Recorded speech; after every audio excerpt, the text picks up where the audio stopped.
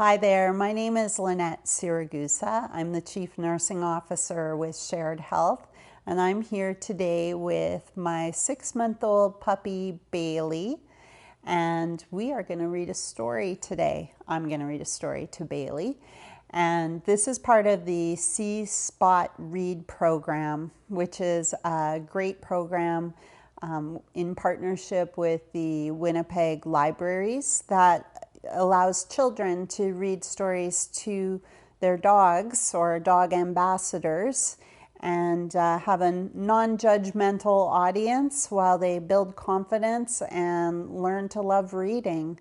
So we're very excited to be here today. The Winnipeg Humane Society organizes the dog ambassadors, and if you sign up with your dog, you get a lot of great things like bandanas and leashes and collars and t-shirts. And if you are able to complete a 10-week session without any absences, you also get a $100 honorarium. And there's 3 sessions that run with the C-Spot Read program. There is a fall, a winter, and a spring program.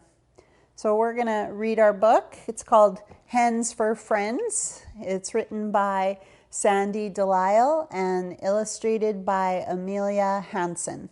My family got Henny, Penny, Fran, Gertrude, Penelope, and Margaret from Mother Hen Chicken Rescue. I love them all, but Margaret is my best hen friend. When I sit on the ground, she jumps into my lap and tucks her head under my arm. When I stroke her back, she makes a funny sound, kind of like a purring cat.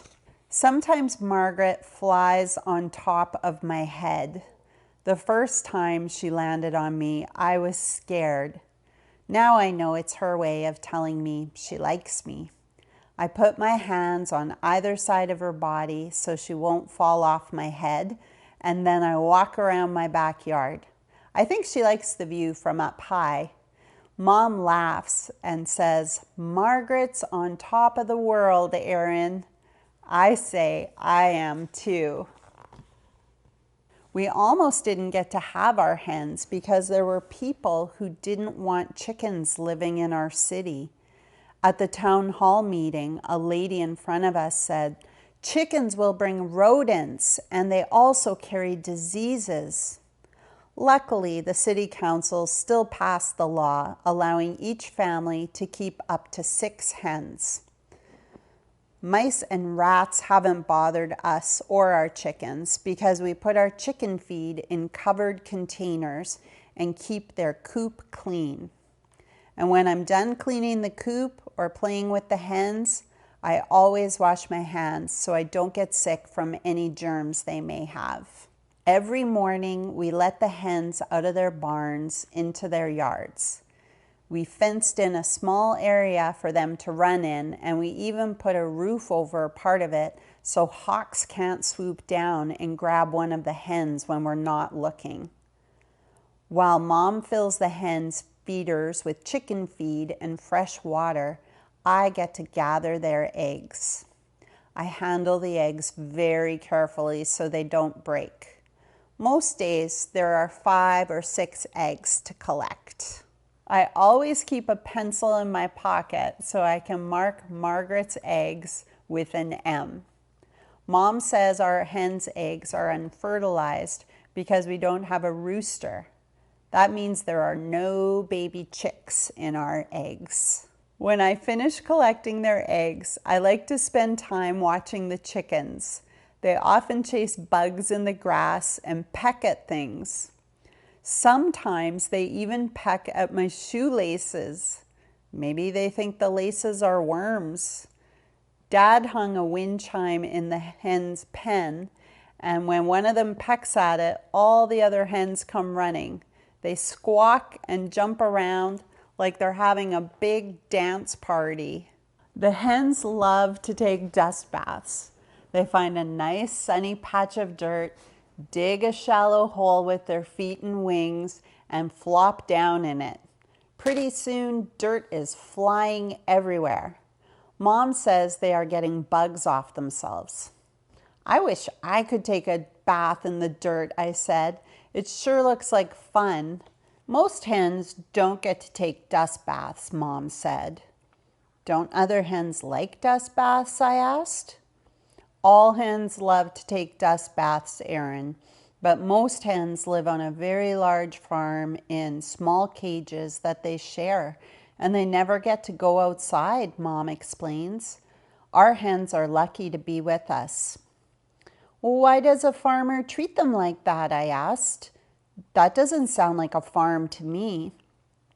In those factory farms, they have thousands of hens to care for, Mom said. Well, then they shouldn't keep so many hens, I say.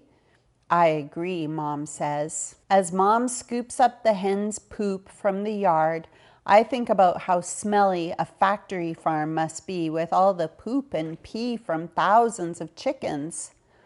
We put our hen's poop in big plastic containers called a composter. After a few weeks, the bacteria break it down and it becomes soil. And then we put the soil in our garden where it helps our tomatoes and zucchini and broccoli grow. The man at the feed store says if we take good care of our hens, they will live a long time. I will take good care of them always, even when they're too old to lay eggs. After dinner, I helped Dad put Margaret and the others to roost for the night. My little brother Eduardo is too young to help them. He chases the hens and scares them, but not me. I know just how to act around them. Calm and quiet. Come here. Sometimes, if we are late putting the hens to bed, they put themselves to sleep. Dad says they are so smart, they can even tell time without using a clock. Today, we are using 2 of the eggs from our hens to make a birthday cake for Eduardo. Mom lets me add them to the batter. I make sure to use Margaret's eggs, so Eduardo's cake is extra special. I tell him, Margaret helped make your cake. He laughs at me and shouts, no. I want to stick my tongue out at him, but instead I say in my most grown-up voice, someday you'll understand how magnificent it is to have hens for friends. When the other hens aren't looking, I give Margaret a piece of strawberry from Eduardo's birthday cake. She gobbles it up. You're special, Margaret, I whisper in her ear. She makes a squawk that sounds like, you are too. Mom's right. Our hens are lucky to have us, but I feel lucky to have them too, especially Margaret. So that's the end of our story, Hens for Friends. Thank you very much for listening on behalf of me and Bailey. If you are interested in learning more about the C-Spot Read program, you can go to the WinnipegHumaneSociety.ca website and learn more about how you connect children and reading and dogs together. All good things. Thanks, everybody.